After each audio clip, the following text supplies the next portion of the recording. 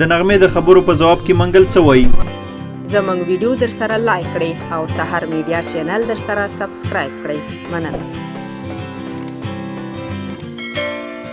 څو ورځې وړاندې نغمې په یو مرکه کې وویل چې زه کومه ظالمه او بې وفا ښځه نه یم او نه یې منګل ستا سره کومه جفا یا بې وفایي کړې ده. خو زیاتره هېوادوال ما ملامتوي چې نغمې د منګل سره زیاتی کړی دی، خو حقیقت څه بل ډول دی. نغمې په خپلو خبرو کې دا هم وویل چې که منګل ما سره مینه لري او غواړي چې یو ځل بیا ما سره ګډ ژوند تیر کړي، نو زه هم تیار یم چې منګل سره بیا نکاح وکړم.